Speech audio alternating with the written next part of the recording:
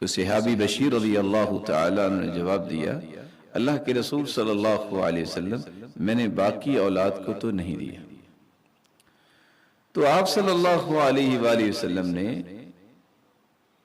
فرمایا فلا تشہدنی اذن، پھر مجھے اس تصرف پر گواہ نہ بناؤ، فإنی لا اشہد علی جور، میں اس زیادتی پر، اس ظلم پر گواہ نہیں بن سکتا۔ یہ سنن النسائی کی روایت ہے 1863۔ ایک دوسری روایت جو سنن النسائی کی ہے 3710، جس میں رسول اللہ صلی اللہ علیہ وآلہ وسلم نے یہ بھی فرمایا اکل ولدک نحلت مثل ما نحلتہ، جس طرح تم نے اپنے اس بیٹے کو تحفے سے نوازا ہے کیا اپنی بقیہ اولاد کو بھی نوازا ہے؟ تو جب نہ میں جواب ملا تو آپ صلی اللہ علیہ وسلم نے فرمایا فلا اشہد علی شیء، میں ایسی کسی چیز پر گواہ نہیں بنوں گا۔ الیس یسرک ان یکونوا الیک فی البر سواء، کیا تمہیں یہ بات پسند نہیں ہے کہ ساری کی ساری اولاد جو ہے وہ نیکی میں آپ کے ساتھ برابر ہو؟ تو صحابی نے جواب دیا کیوں نہیں؟ تو آپ صلی اللہ علیہ وآلہ وسلم نے وہاں پھر یہ فرمایا فلا اذن، تو پھر ایسا نہیں ہوگا، پھر تمہیں سب کو ہی تحفہ دینا چاہیے، اور میں ایسی تقسیم پر گواہ نہیں بن سکتا جس تقسیم میں کسی کے ساتھ زیادتی کی جاری ہو یا ظلم کیا جا رہا ہو۔ بلکہ صحیح بخاری کی ایک روایت ہے 2587، رسول اللہ صلی اللہ علیہ وآلہ وسلم نے آخر میں یہ بھی فرمایا جب یہ سارا مکالمہ ہو گیا فاتقوا اللہ وعدلوا بین اولادکم، اللہ سے ڈر جاؤ اور اپنی اولاد میں عدل کیا کرو۔ فرجع فرد عطیتہ، تو صحابی بشیر رضی اللہ تعالی عنہ انہوں نے جو اپنے بیٹے نعمان کو زمین کا ٹکڑا دیا تھا انہوں نے واپس لے لیا۔ سلسلہ صحیحہ کی روایت ہے 1240، جس میں رسول اللہ صلی اللہ علیہ وسلم کا فرمان ہے اعدلوا بین اولادکم اعدلوا بین اولادکم اعدلوا بین اولادکم، اپنی اولاد کے درمیان انصاف کو قائم رکھو۔ اور آپ نے 3 مرتبہ یہ بات کہی، اور آپ صلی اللہ علیہ وسلم نے یہ بھی فرمایا سووا بین اولادکم، اپنی اولاد میں برابری کرو، فی العطیہ، کس چیز میں؟ تحفے اور گفٹ میں، عطیات کی تقسیم میں۔ کما تحبون ان یسوی بینکم فی البر، کما تحبون ان یسوی بینکم فی البر، تم جس طرح پسند کرتے ہو کہ ہر بچہ ہی آپ کے ساتھ نیکی کرے، تو آپ کو بھی تو ہر بچے کو ہی تحفہ دینا چاہیے نا، وہ ساری کی ساری اولاد ہے آپ کی۔ بلکہ آپ صلی اللہ علیہ وآلہ وسلم نے ایک لفظ کا اضافہ بھی فرمایا، صحیح الجامع کی روایت ہے 1046، اعدلوا بین اولادکم فی النحل، اپنی اولاد کو تحفے میں، اپنی اولاد کے ساتھ تحفہ دینے میں عدل کرو، کما تحبون ان یعدلوا بینکم فی البر واللطف، جس طرح تم چاہتے ہو کہ وہ سب کے سب تمہارے ساتھ حسن سلوک اور شفقت اور لطف میں برابری کریں، کہ سارے ہی آپ کی خدمت گزار بنیں، سارے ہی آپ کے ساتھ حسن سلوک کریں، اور سارے جو آپ کے ساتھ احترام کے پہلو پیش کریں، تو پھر آپ کو بھی ساری اولاد کو برابری کے ساتھ، عدل کے ساتھ گفٹ دینا چاہیے، تحفہ دینا چاہیے۔ کسی کو دے کر اور کسی کو محروم رکھ کے یہ زندگی گزارنا، اس سے جہاں نفرتیں پیدا ہوتی ہیں، بغض و عداوت پیدا ہوتی ہے، حسد اور لڑائیاں اور جھگڑے ہوتے ہیں وہاں شریعت کی نافرمانی بھی ہوتی ہے۔ حیرانگی کی بات ہے کہ امام ابراہیم النخعی بیان کرتے ہیں كانوا يستحبون أن يعدل الرجل بين ولده حتى في القبل۔ سلف صالحین تو یہ بات پسند کیا کرتے تھے کہ آدمی اپنے بچوں کے درمیان عدل کرے، یہاں تک کہ وہ اپنے بچوں کو بوسہ دیتے وقت بھی مساوات کا خیال رکھے، عدل کا خیال رکھے۔ یہ نہیں ہے کہ ایک بچے کو چمکارتا رہے، دوسرا پاس بیٹھا ہے، دوسرے دیکھ رہے ہیں اور ان کو لفٹ ہی نہ کروائے۔ صحابہ کرام اور تابعین عظام اور تبع تابعین سلف صالحین کا تو یہ رویہ تھا کہ ایک ایک چیز میں وہ عدل و انصاف اور مساوات اور برابری کے پہلو کو قائم رکھتے تھے، خصوصاً اولاد کے معاملات میں۔ یہاں ایک اور بات بھی سمجھ آئی،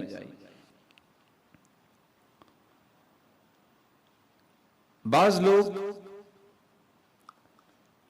اگر اپنی اولاد کو گفٹ دینے میں شریعت سے انحراف کرتے ہیں جس سے بہت سارے نقصانات ہوتے ہیں، تو اگر کوئی میت جان بوجھ کے ساری کی ساری وراثت کل کو بننے والی کسی ایک بیٹے کو دے کے فوت ہو جاتی ہے تو اس نے یہ بہت بڑا ظلم کیا۔ وہ باقی ورثاء کو محروم کرنے کی اگر اس نے یہ نیت کی ہے تو یہ قطعاً جائز نہیں ہوگی۔ اگر تحفہ دینا جائز نہیں ہے کسی ایک کو تو سارے ورثاء کی وراثت جو ہے وہ کسی ایک کے نام لگوا کے چلے جانا، کسی ایک کو ہی دے دینا، کسی ایک کے بارے میں وصیت لکھ دینا، یہ شرعاً جائز نہیں۔ اور یہ یاد رہنا چاہیے کہ وارث کے نام پہ تو وصیت لکھی ہی نہیں جا سکتی۔ کیوں؟ کیونکہ اللہ کے رسول صلی اللہ علیہ وسلم کا فرمان ہے لا وصیت لوارث، جو وراثت میں حق لینے والا ہے، حقدار ہے اور حصے دار ہے، اس کے نام کی وراثت کی تقسیم میں وصیت نہیں لکھی جاتی کہ یہ مال اس کو دے دینا۔ وصیت اس کے نام کی لکھی جاتی ہے جو وارث نہیں بن رہا ہوتا۔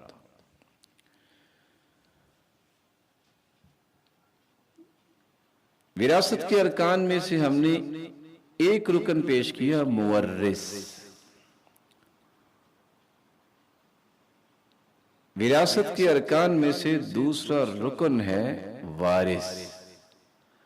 وارث اس شخص کو کہتے ہیں جو میت کے چھوڑے ہوئے مال کا کسی قرابت داری یا تعلق یا زوجیت کی بنیاد پر حقیقی طور پر یا تقدیری طور پر حقدار بنتا ہے، حصے دار بنتا ہے۔ بعض علماء نے اس بات کو سمجھانے کے لیے یہ ایک حقیقت پیش کی ہے کہ وہ کون سا سبب ہے جس کی وجہ سے وہ وارث بن رہا ہے۔ یہ حقیقی اعتبار سے یا تقدیری اعتبار سے وارث کیسے بن رہا ہے؟ حقیقی اعتبار سے وراثت کا حقدار بننے کا معنی یہ ہے کہ جس کی وراثت ہے، جس کو مورث کہتے ہیں، جب وہ فوت ہوا تو یہ وراثت لینے والا واقعتاً زندہ تھا، اس کے جنازے میں شریک تھا، اس کی تکفین و تدفین میں شریک تھا، یا اس کو اطلاع ملی ہے اور لوگ اس سے ملاقات کر چکے ہیں کہ وہ زندہ تھا۔ باہر سے تو اس کی زندگی قائم اور مستحکم ہو اور لوگوں کے علم میں، اور تقدیری طور پر وارث کے متعلق جو بات کہی گئی ہے اس کا معنی یہ ہے مورث جو فوت ہونے والا ہے، جو وارث بنانے والا ہے،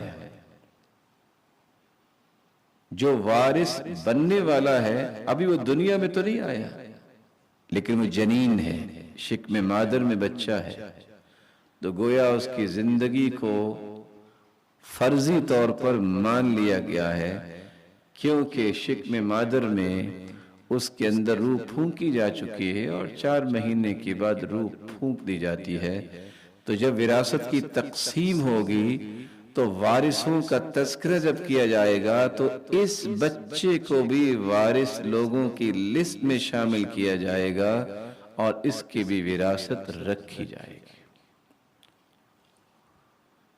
وراثت کے ارکان میں سے تیسرا رکن یہ ہے ارث۔ ارث کہتے ہیں میراث کو، طریقہ بھی اس کے بارے میں ایک لفظ بولا جاتا ہے۔ وہ مال و زر، وہ جائیداد، وہ حقوق جو مورث مرنے والے سے وارث کی طرف منتقل ہوگا۔ ظاہر ہے اگر فوت ہونے والے کے پاس کوئی مال تھا، اس کی کوئی جائیداد تھی یا اس کے کوئی حقوق تھے، وہی منتقل ہوں گے۔ اگر وہ خالی ہاتھ گیا ہے تو پھر تقسیم کیا ہوگی، پھر وراثت کیا بنے گی؟ وہ چھوڑ کے کچھ نہیں گیا تو طریقہ کس کو کہیں گے؟ تو یہ 3 ارکان تھے وراثت کے، جن میں سے کوئی بھی اگر مفقود ہو جائے تو وراثت کیسے تقسیم ہوگی؟ یہاں ایک سوال ہے، دنیا سے جانے والا، فوت ہو جانے والا مورث جسے کہتے ہیں، اس نے اپنی زندگی میں کوئی وقف کر دیا ہے، کوئی پیسہ جو ہے وہ وقف کر دیا ہے، یا اس نے کوئی جائیداد وقف کر دی ہے۔ اب اس کی وراثت کیسے بنے گی؟ یاد رہنا چاہیے، وقف شدہ مال، جائیداد اور اسی طرح دیگر چیزیں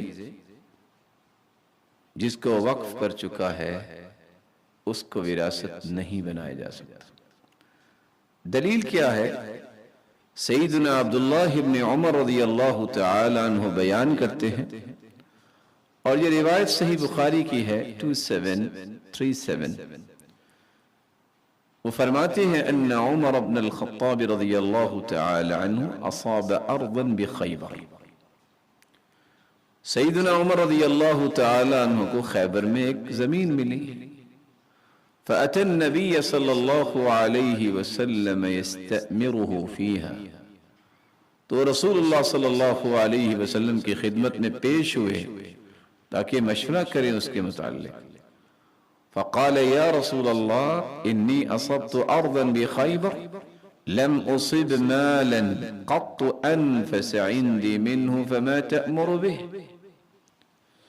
اے اللہ کے رسول صلی اللہ علیہ وسلم، مجھے خیبر میں ایک زمین کا حصہ ملا ہے، اتنا اچھا زمین کا ٹکڑا مجھے نہیں ملا، آپ مجھے حکم دے کہ میں اس کا تصرف کیا کروں۔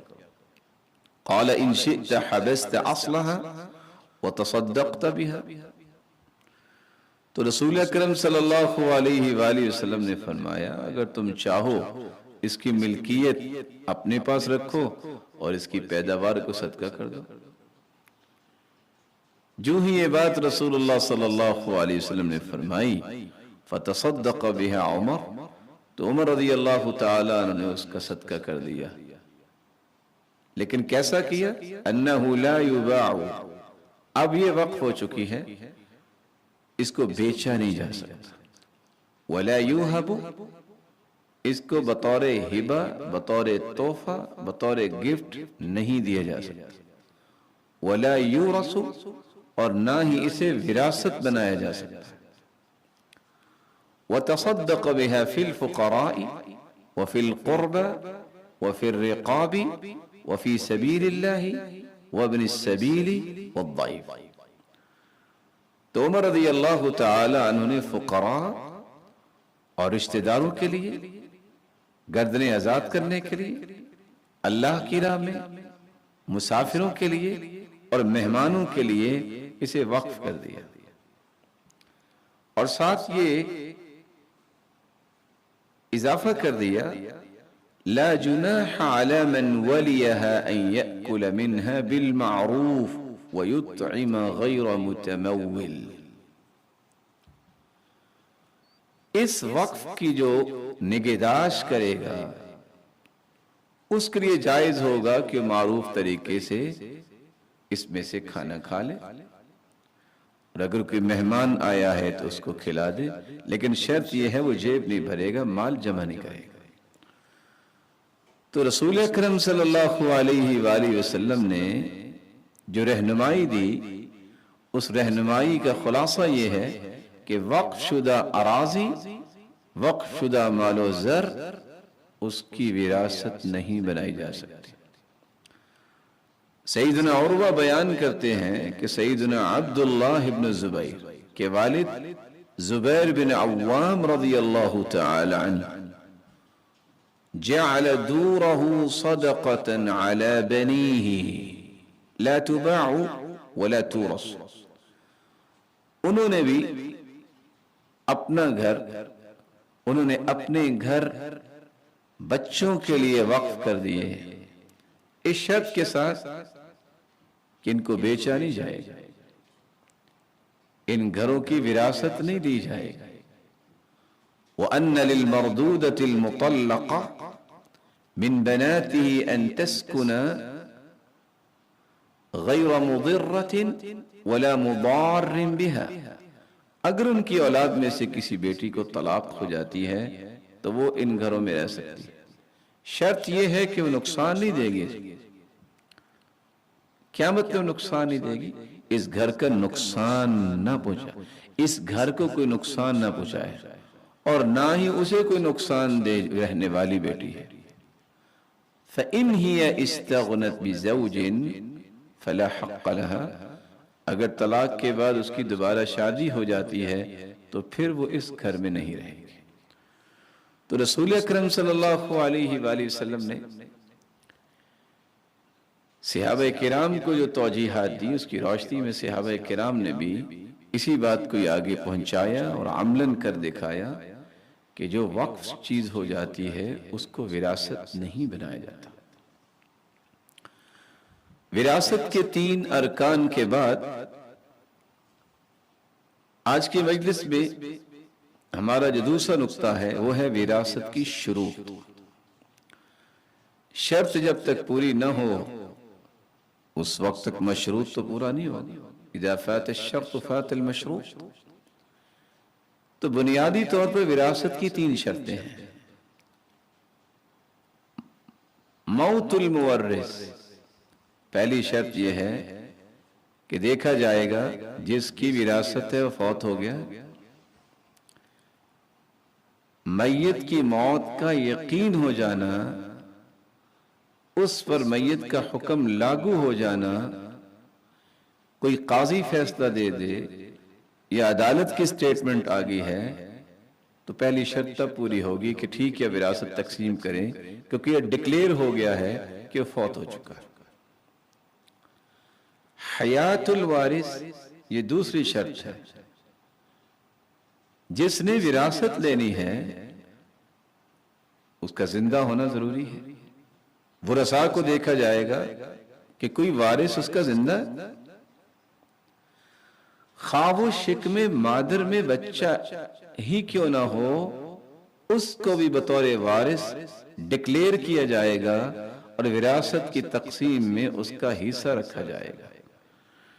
رسول اکرم صلی اللہ علیہ وسلم کا فرمان ہے، سنن ابن ماجہ کی روایت ہے 1508، اذا استحل الصبی صلی علیہ وورث، اگر بچہ پیدا ہوا، اور اللہ ذوالجلال کا ایک نظام ہے کہ جو ہی بچہ پیدا ہوتا ہے شیطان اسے چوکا لگاتا ہے اور وہ روتا ہے، تو اگر ایسی کیفیت میں بچہ پیدا ہوا تو ایسے بچے کا فوت ہونے کے بعد جنازہ بھی پڑھا جائے گا اور وہ وارث بھی بنے گا۔ بلکہ آپ صلی اللہ علیہ وآلہ وسلم نے یہ بھی فرمایا وَالطِّفْلُ يُصَلَّ عَلَيْهِ، بچے کی نماز جنازہ پڑھی جائے گی۔ اور یہاں اس بات کو بھی سمجھنا ضروری ہے، شریعت نے کتنی گہرائی کی باتیں سمجھائی ہیں۔ وَالسِّقْطُ يُصَلَّ عَلَيْهِ وَيُدْعَى لِوَالِدَيْهِ بِالْمَغْفِرَةِ وَالرَّحْمَةِ، سنن نبی داود کی روایت 3180۔ وَالسِّقْطُ، نا تمام بچہ اگر پیدا ہو جائے، 9 ماہ سے پہلے ہی بچہ گر گیا ہے لیکن اس کی عمر 5 یا 6 ماہ تھی، روح پھونکی جا چکی تھی، تو ایسے بچے کی بھی نماز جنازہ پڑھی جاتی ہے اور اس کے والدین کے لیے مغفرت اور رحمت کی دعائیں کی جاتی ہیں۔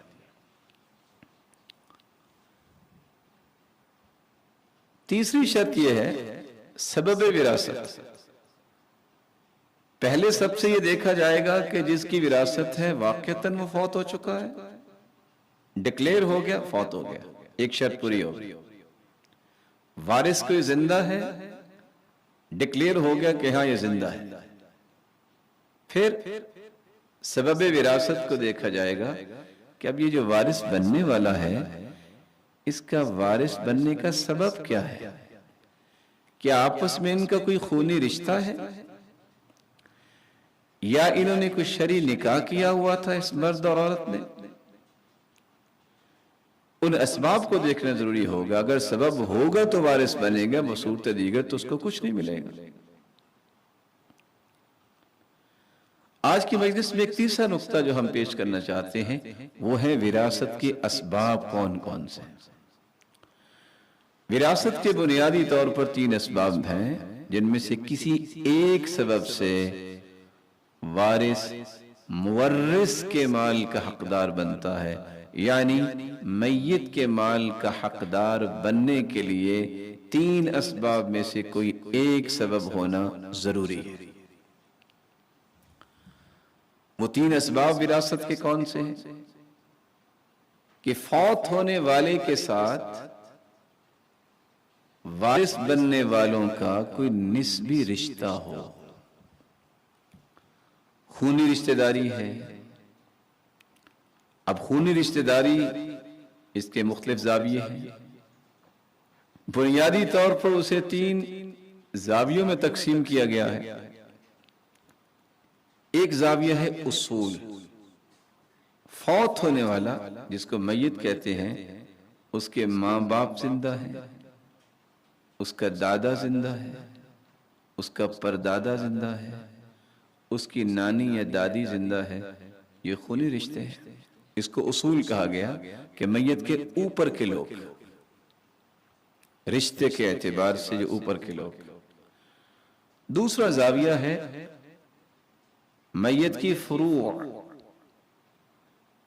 کہ میت جو فوت ہونے والا ہے، مرد ہے یا عورت، اس کی اولاد ہے، یعنی بیٹے بیٹیاں ہیں، اور اسی طرح پوتے پوتیاں ہیں۔